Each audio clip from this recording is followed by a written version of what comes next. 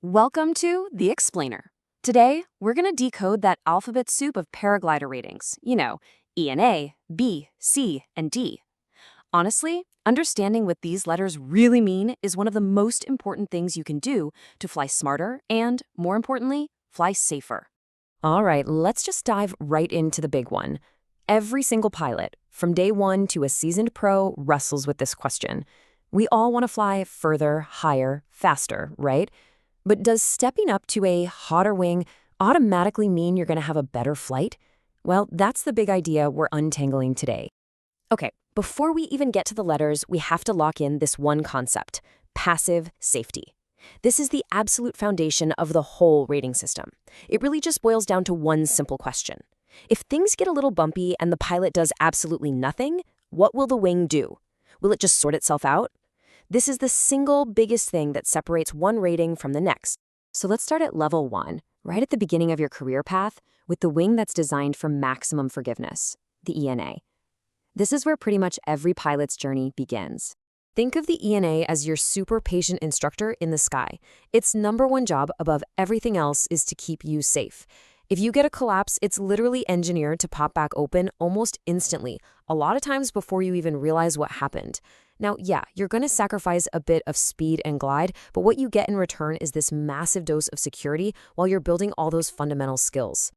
And this quote just nails the real benefit. When you're not constantly worried about what the wing might do in some turbulence, you have so much more mental space, You can focus on your flight path, on reading the conditions, and on absolutely nailing your landing. It lets you build real solid confidence from the ground up. Okay, let's move up to the next level, the ENB category.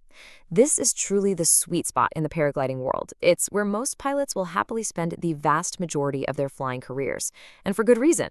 An ENB wing is a real step up in communication. It's got more performance, sure, but it also talks to you more, letting you feel what the air is doing. Recoveries are still super predictable, but they are a bit more, dynamic. The wing might turn or dive a little, and it's asking for a little input from you. This is where you really start to learn the art of active piloting, using your brakes and your weight to keep that wing open and flying efficiently. But here's where it gets really interesting. The B category is huge, and not all B wings are created equal. A low B is often the perfect first wing for a brand new pilot. It feels almost as forgiving as an A. But a high B, that's pushing the performance envelope. It's got more zip for sure, but it absolutely demands that you are actively flying it in rowdy air. Okay, we're now getting into the expert tiers. With these wings, the whole balance of responsibility shifts dramatically. The wing doesn't care about fixing itself anymore. It cares about raw performance, and it just assumes you have the skills to handle anything that comes your way. The ENC is a pure cross-country machine. At this point, that concept of passive safety we talked about is a distant memory. If this wing collapses, it requires correct and timely pilot input to recover. You have to be able to manage that energy and the dive and do it instantly. This is why SIV training isn't just a good idea, it's an absolute prerequisite. And here we have the thoroughbreds, the race cars. E-end and competition class wings are built for one thing: winning. They're often two-liners with these crazy high aspect ratios, which makes them incredibly efficient but also way more demanding in turbulence. A collapse can be explosive, and if the pilot's reaction isn't perfect and immediate, things can go south fast. These are strictly for the pros. So we've talked about the feel of these wings, right? Now let's just put it all side by side and look at the numbers. You can see just how stark these differences really are. This table just makes it crystal clear. Just look at that column, pilot input required. It goes from none on an A to minimal on a B, and then bam, mandatory and expert level. You see? The responsibility shifts entirely from the wing to you, the pilot. And check out the aspect ratio. That's just how long and skinny the wing is.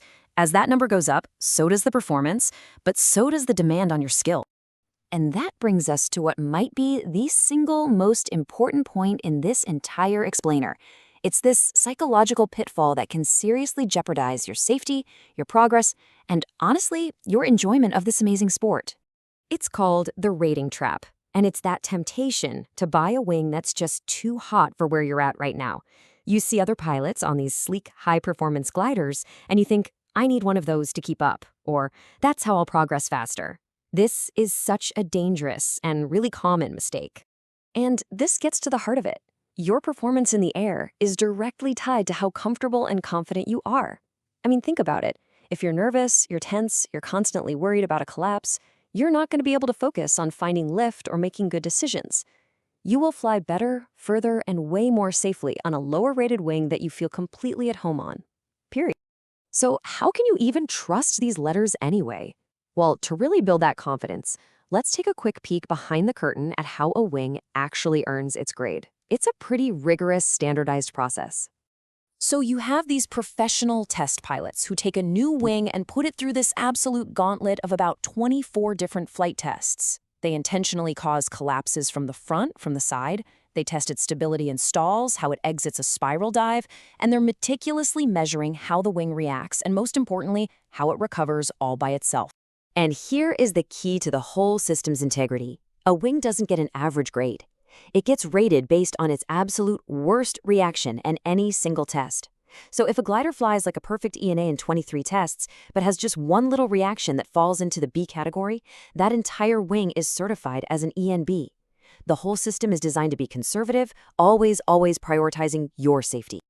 So as we wrap this up, this is really the one question to always keep in your mind when you're looking at a new wing. A higher rating doesn't make you a better pilot.